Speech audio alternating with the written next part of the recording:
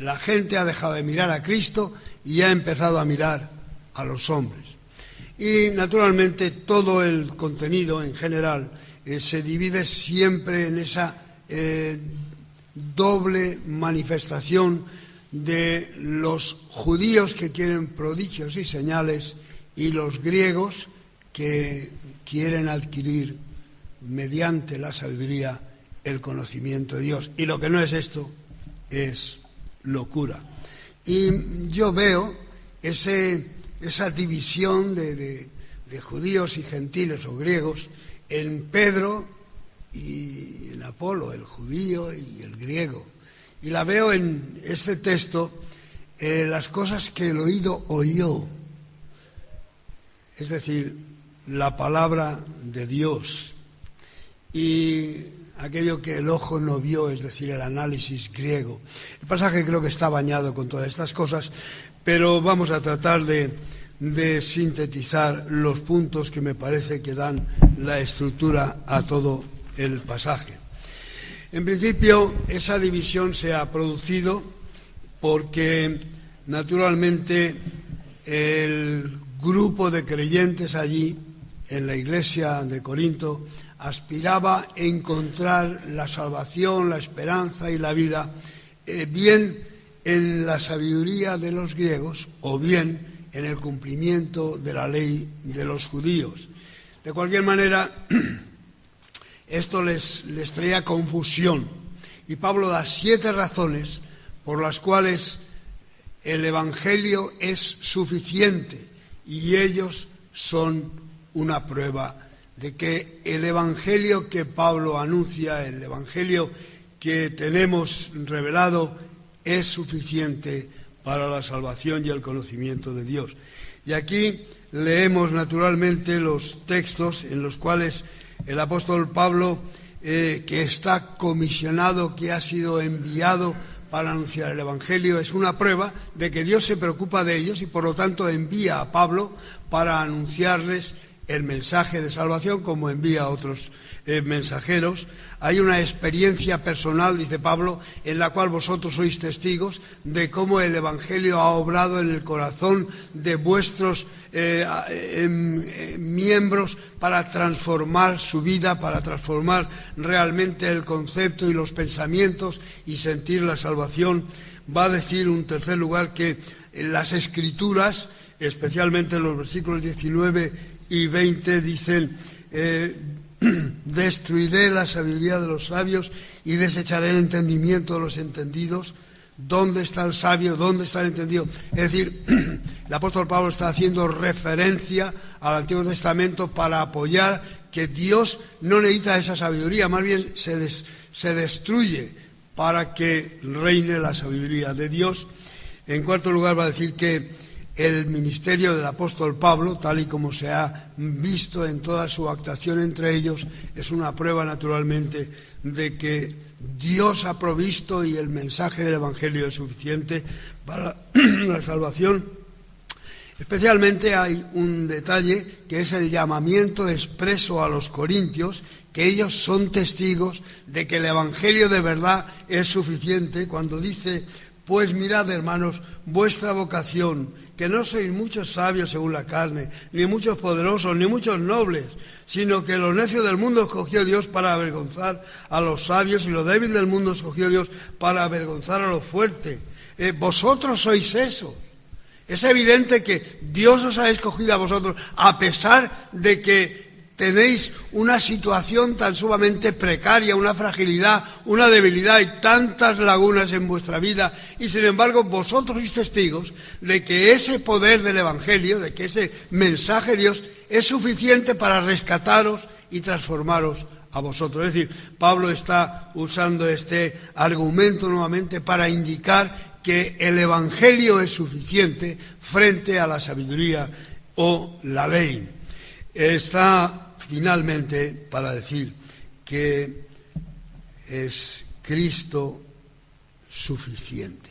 Y esto lo expresa diciendo: mas por Él estáis vosotros en Cristo Jesús, el cual, estáis en Cristo, el cual nos ha sido hecho por Dios sabiduría, justificación, santificación y redención, para que, como está escrito, el que se gloría, gloríese en el Señor. De esta manera, el apóstol Pablo da 7 razones por las cuales los corintios tienen que entender que el mensaje del Evangelio que Pablo anuncia, el mensaje de la redención que está presentado, es suficiente y Dios lo ha planeado para ellos.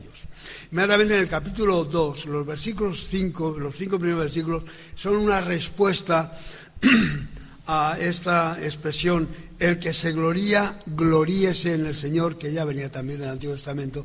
Daos cuenta, el llamamiento de Pablo en este pasaje está al Antiguo Testamento, a las Escrituras, referido a los judíos, y naturalmente al concepto de sabiduría, referido a los griegos, tratando de cubrir ambos flancos, que son evidentemente el foco y el centro de la disensión y de la división que existe en la iglesia de Corinto.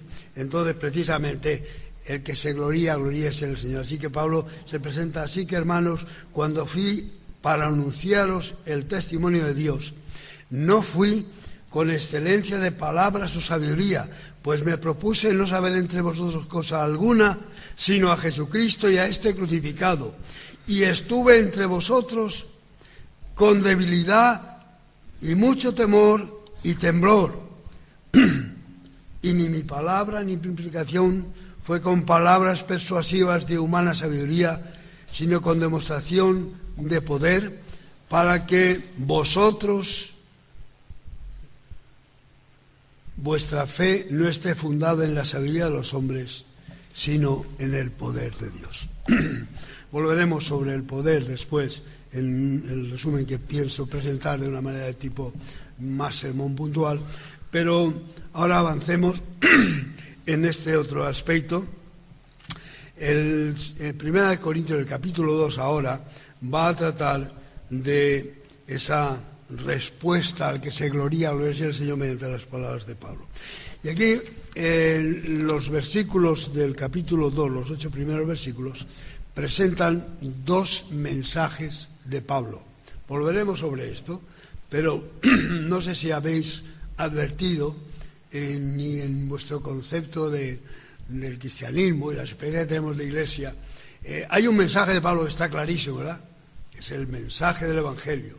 Cristo murió por nosotros, y por lo santo es el versículo 24 nos habla claramente, y la crucifixión, Cristo fue crucificado. En los 2 casos utiliza la palabra poder.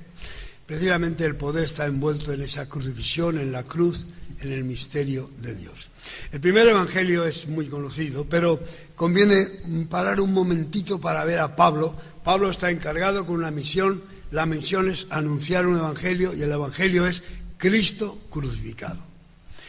Y naturalmente el mensaje es evidente, la misión que tiene es clarísima, pero destaca lo que es esa marca característica de Pablo de anunciar el mensaje, y es esa nota de humildad. Dice que fui a vosotros, y como fui, ¿qué es? Con temblor, con temor, con ese sentimiento de debilidad, de sentirme frágil. Es decir, de aquello que Pablo va a usar después en 2 Corintios 4:6, aquellos vasos frágiles que contienen un tesoro, pero realmente el vaso es frágil, se agrieta y responde inadecuadamente, y a veces no se ajusta justamente a la situación. Pablo se presenta de esa manera, es decir, la persona, el mensaje, la forma de presentarse, y naturalmente después esa manera que tiene maravillosa, con un método. El método es justamente el poder de Dios. Y ni mi palabra ni mi predicación. Esto no tiene sentido.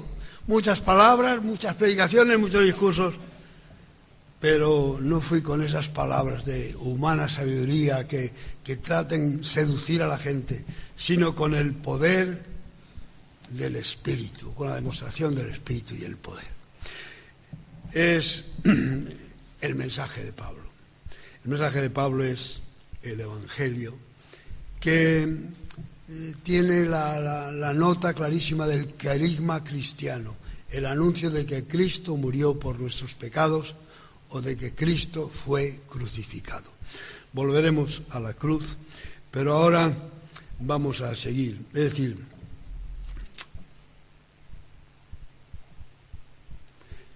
el segundo mensaje de Pablo. ¿Cuál es el segundo mensaje? El misterio. El misterio es uno de los temas grandes de la Biblia. Naturalmente Jesús habla en la parábola de aquel misterio, Marcos, cuando habla de que el reino, la palabra, el misterio del reino de los cielos. Pablo lo elabora en Efesios 2 y 3, pero el misterio es justamente el mensaje glorioso del Evangelio. El misterio no es para la salvación de los incrédulos. El misterio es para no solamente la edificación de los creyentes, sino también para el desarrollo de nuestra esperanza. Hoy día, aunque solamente conocemos un elemento claro que Pablo desvela, el misterio llega a esas cosas que el hombre no ha oído y que naturalmente nunca ha podido ser capaz de ver ese misterio. Pero el misterio esencial es que de judíos y gentiles se va a componer el nuevo pueblo de Dios. Es decir, la sustitución del plan de Dios con Israel queda sustituido precisamente por ese aspecto del reino de los cielos, donde las clases, las razas, los sexos, las diferencias caen para establecer un pueblo único de aquellos que están en Oriente y en Occidente. De todos hizo un pueblo. Ese es el misterio. Pablo va a llamar la Iglesia, es decir, el cuerpo de Cristo, que no está constituido por herederos de una raza, sino por aquellos que se unen a Jesucristo mediante el reconocimiento de que Cristo ha sido crucificado por mí. El misterio es después el desarrollo en el conocimiento, es decir, es la edificación de los creyentes.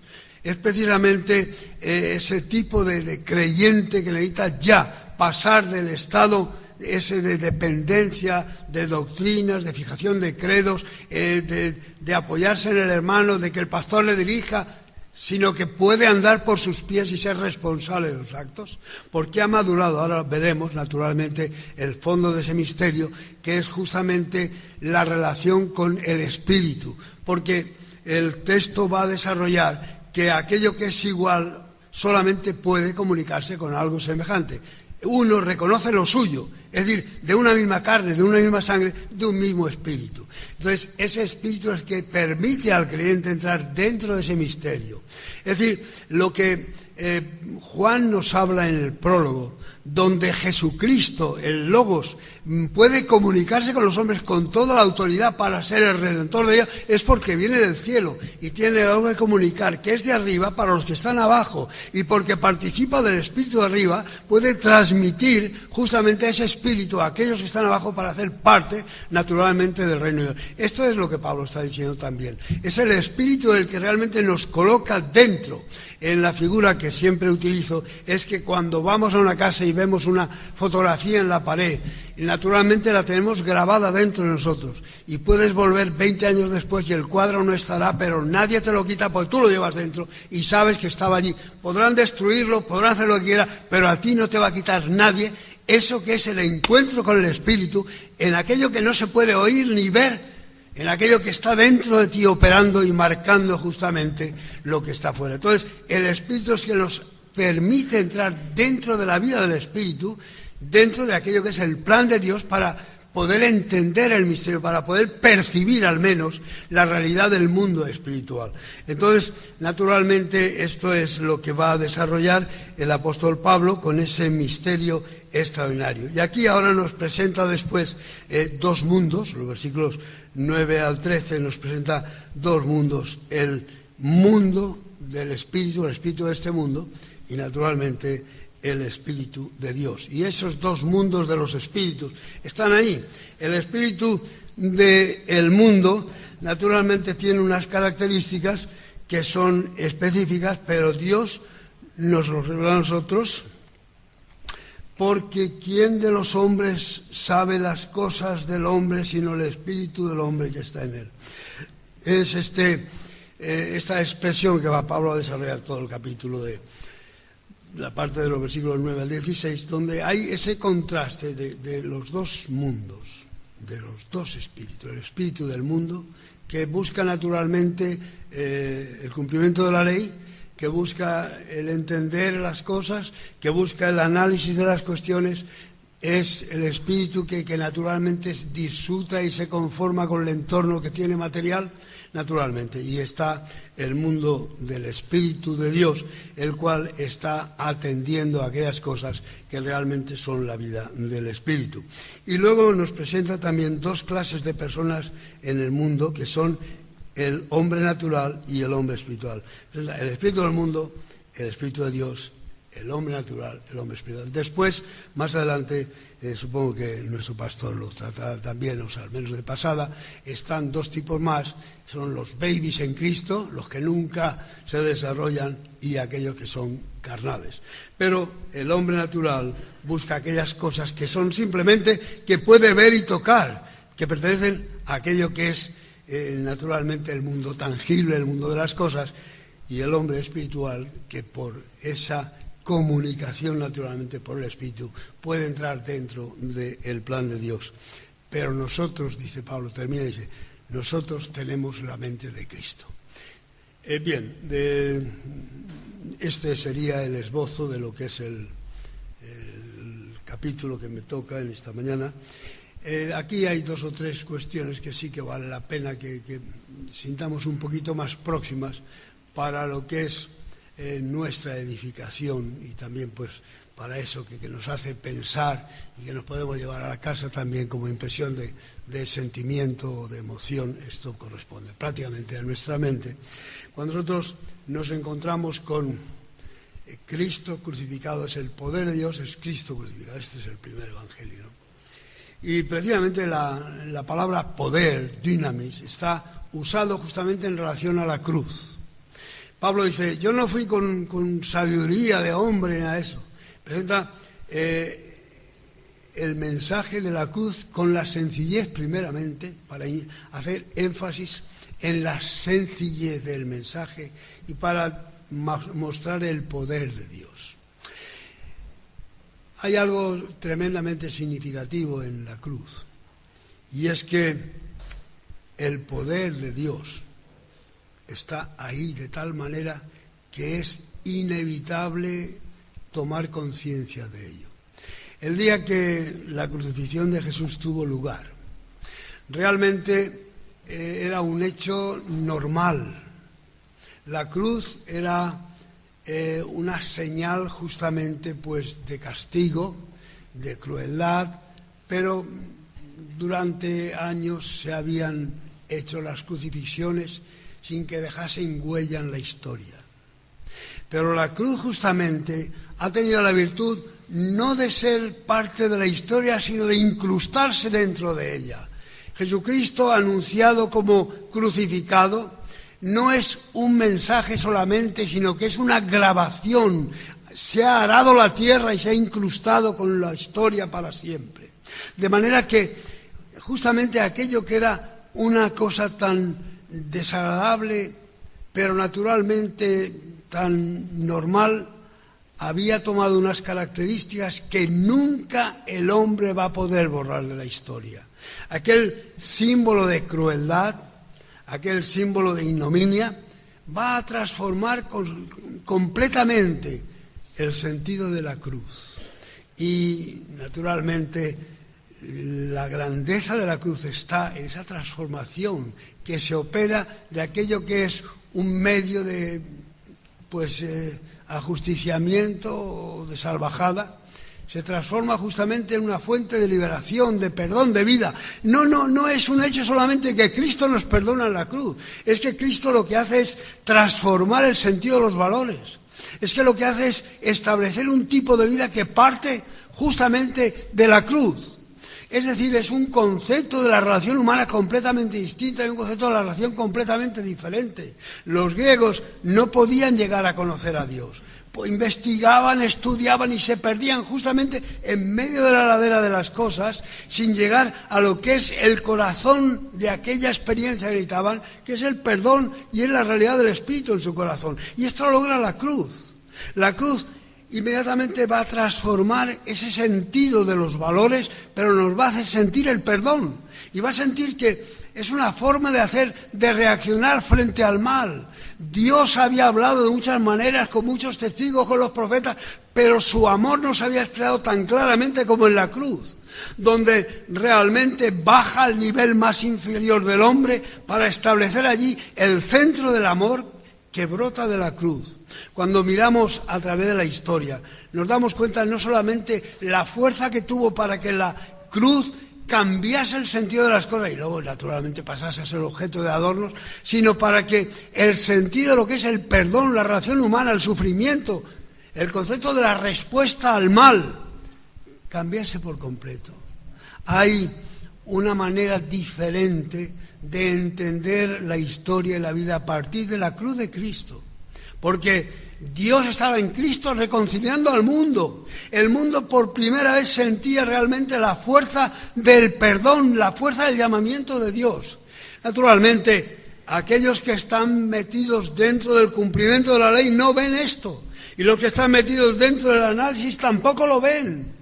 Pero aquellos, dice Pablo, aquellos que realmente han abierto el corazón y han recibido esa experiencia de fe, para nosotros es poder de Dios, es la iluminación de Dios, es ese misterio de Dios que nos abre un mundo completamente diferente, donde sentimos la paz interior, donde sentimos la obra de Dios actuando en nosotros.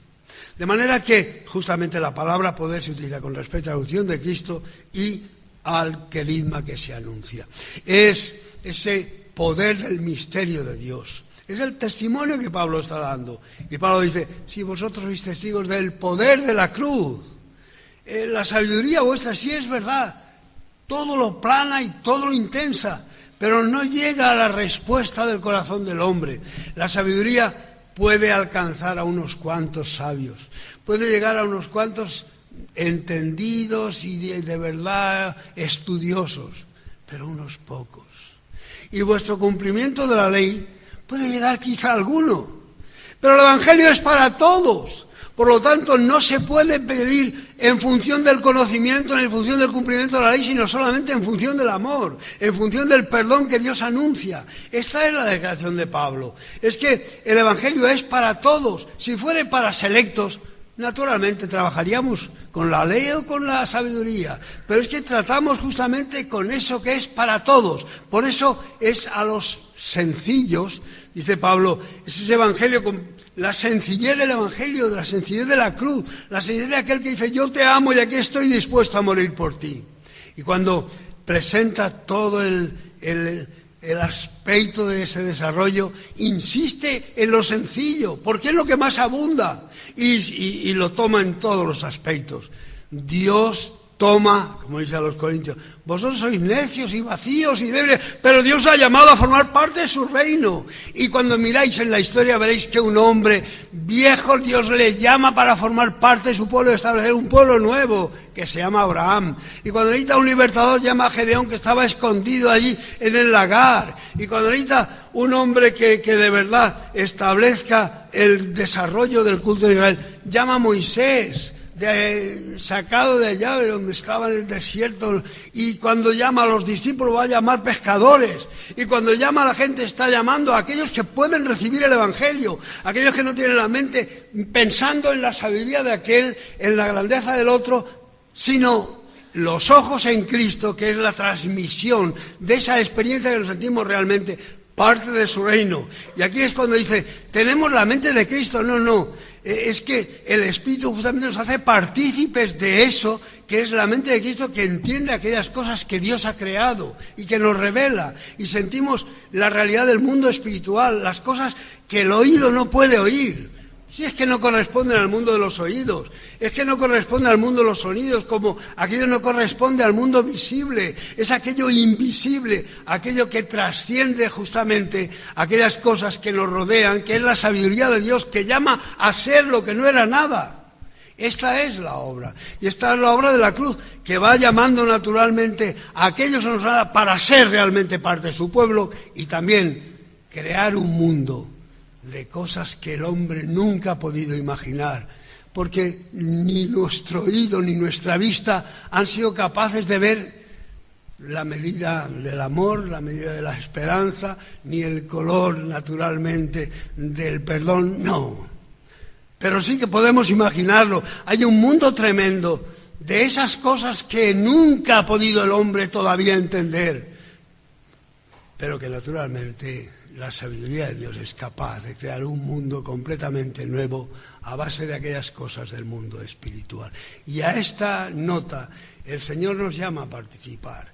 Y nos llama a participar justamente porque Cristo Jesús ha muerto por nuestros pecados y porque Cristo Jesús nos ha dado el Espíritu para entender y vivir dentro del mundo espiritual, gozándonos en la esperanza, porque tenemos el Espíritu de Cristo, la mente de Cristo, y podemos gozarnos realmente de sus promesas. Que Él nos bendiga.